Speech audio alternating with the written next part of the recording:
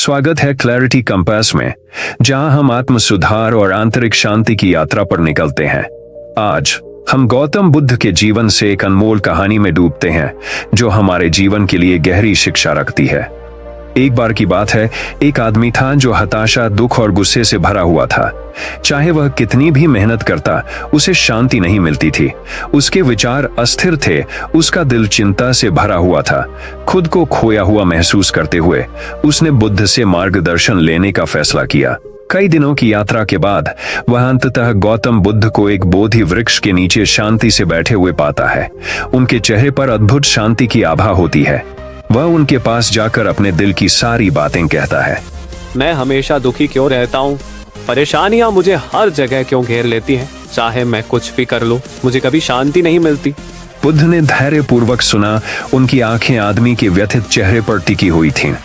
फिर उन्होंने धीमे लेकिन स्थिर स्वर में उत्तर दिया, तुम्हारा दुख तुम्हारी आसक्तियों के कारण है। तुम अपनी इच्छाओं, अपनी हताशाओं और हर चीज को नियंत्रित करने की जरूरत से चिपके रहते हो।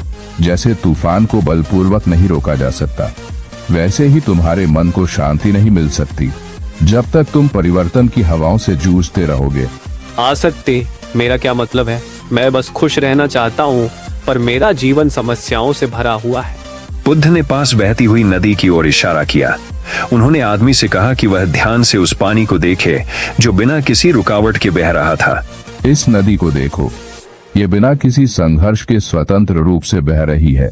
यह न तो चट्टानों को पकड़ती है, न उन पत्तों को जो इसमें गिरते हैं। यह सब कुछ गुजरने देता है। शांति पाने की कुंजी यही है।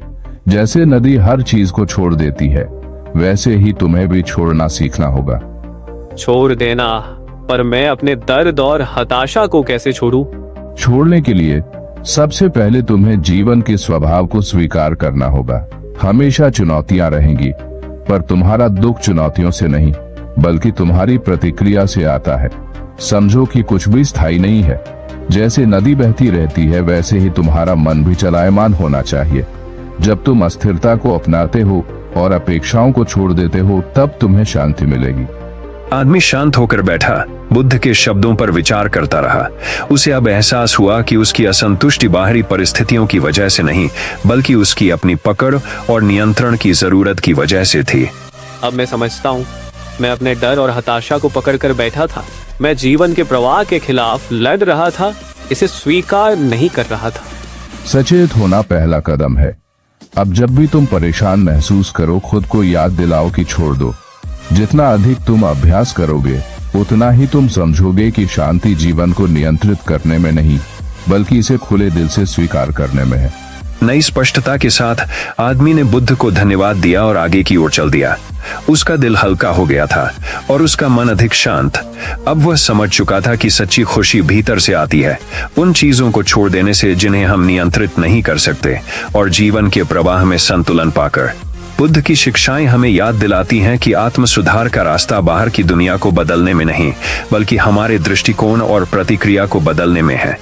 जो तुम्हें बोझ लगते हैं, उन्हें छोड़ दो और तुम पाओगे कि जीवन नदी की तरह सहजता से बहने लगेगा। देखने के लिए धन्यवाद क्लैरिटी कंपास। अगर आपको इस कहानी से प्रेरणा मिली हो तो लाइक, शेयर और सब्सक्राइब करना न भूलें। तब तक याद रखें, शांति भीतर से शुरू होती है।